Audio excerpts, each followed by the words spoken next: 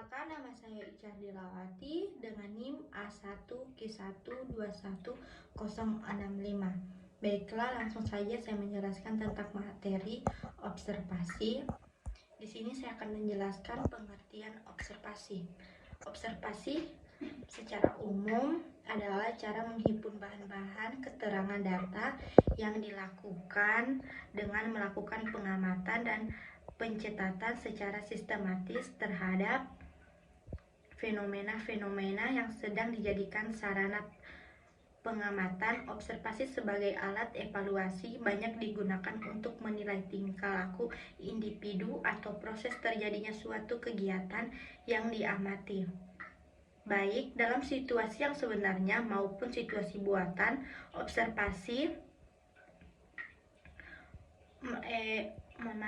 Observasi juga aktivitas terhadap suatu proses atau objek dengan maksud merasakan dan kemudian memahami pengetahuan dari sebuah fenomena berdasarkan pengetahuan dan gagasan yang sudah diketahui sebelumnya untuk mendapatkan informasi-informasi yang dibutuhkan untuk melanjutkan suatu penelitian.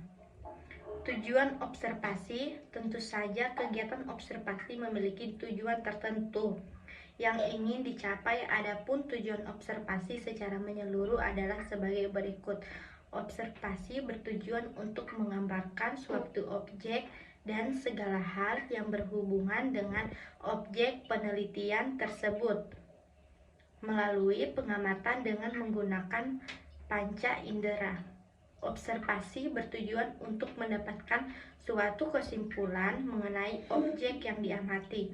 Pada dasarnya, kesimpulan tersebut tersusun dalam suatu laporan yang relevan dan pastinya bermanfaat bagi bahan pembelajaran observasi. Untuk mendapatkan suatu data atau informasi yang bisa dalam bentuk karya ilmiah maupun non-ilmiah. Ciri-ciri teks observasi. Teks observasi adalah teks yang berisi sebuah pengamatan terhadap suatu objek yang bertujuan untuk mendapatkan informasi dan pengetahuan yang dibutuhkan untuk melanjutkan sebuah penelitian. Teks ini merupakan salah satu bentuk dari karya ilmiah karena berdasarkan pengamatan secara saintis. Di bawah ini akan dijelaskan lebih lanjut mengenai ciri-ciri dan struktur observasi. Adapun ciri-ciri teks observasi adalah sebagai berikut. Informasi yang dapat harus objektif, berisi data-data yang nyata, dapat dipertanggungjawabkan dan dibuktikan kebenarannya. Pengamatan dan pencatatan dilakukan secara sistematis. Peninjauan dilakukan secara cermat dan teliti, dapat dilakukan dengan teks, dapat dilakukan dengan penyebaran kuesioner, dapat dilakukan dengan wawancara langsung, dan dapat dilakukan dengan mengambil gambar atau merekam kondisi atau fenomena yang ada. Observasi dilakukan langsung di lokasi. Jenis-jenis observasi. Observasi partisipan, di mana pengamatan ikut adil dalam kegiatan kelompok yang sedang diamati. Observasi sistematik merupakan dengan menggunakan kerangka yang berisi faktor-faktor yang ingin diteliti yang telah dikategorikan terlebih dahulu secara struktural. Observasi eksperimental merupakan observasi di mana pengamat tidak berpartisipasi dalam kelompok yang diamati, namun dapat mengendalikan unsur-unsur tertentu sehingga tercipta tujuan yang sesuai dengan tujuan observasi. Observasi jenis ini memungkinkan evaluator untuk mengamati sifat-sifat tertentu dengan cermat. Kelebihan dan kelemahan observasi.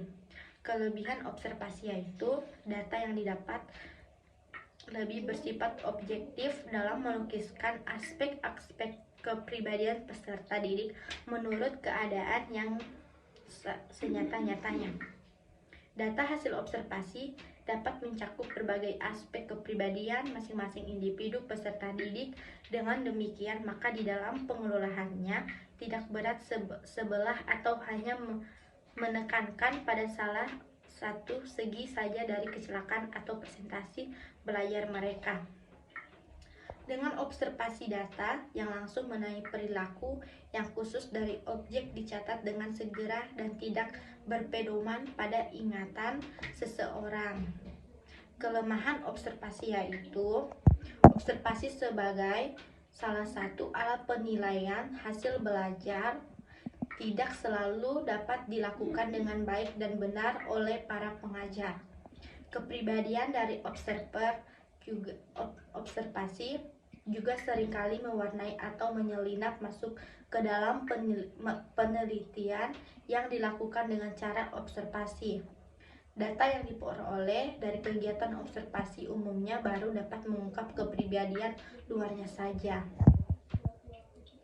Secara garis besar, teks observasi merupakan teks yang dibuat dari proses hasil pengamatan. Oleh karena itu, harus ditulis tujuan observasi dan juga cara-cara melakukan observasi sehingga pembaca bisa mendapatkan informasi yang jelas mengenai pengamatan yang telah terjadi.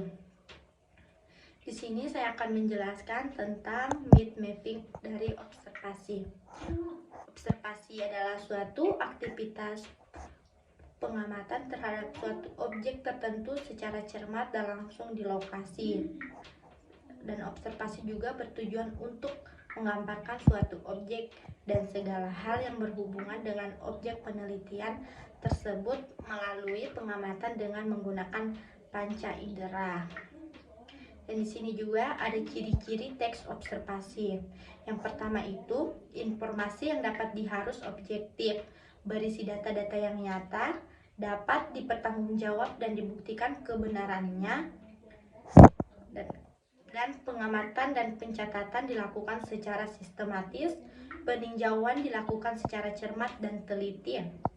Kelebihan observasi: dengan observasi data yang langsung mengenal perilaku yang khusus dari objek dicatat dengan segera dan tidak berpedoman pada ingatan seseorang. Data dapat diperoleh dari subjek baik melalui komunikasi verbal maupun nonverbal. Dan di sini juga ada kelemahan observasi, yaitu sebagai salah satu alat penilaian hasil belajar, alat tidak selalu dapat dilakukan dengan baik dan benar oleh para pengajar. Kepribadian dari observasi juga seringkali mewarnai atau menyelinap masuk ke dalam penilaian yang dilakukan dengan cara observasi. Demikian, itu saja yang bisa saya menjelaskan. Lebih dan kurangnya mohon dimaafkan. Wabillahi taufiq wal hidayah. Assalamualaikum warahmatullahi wabarakatuh.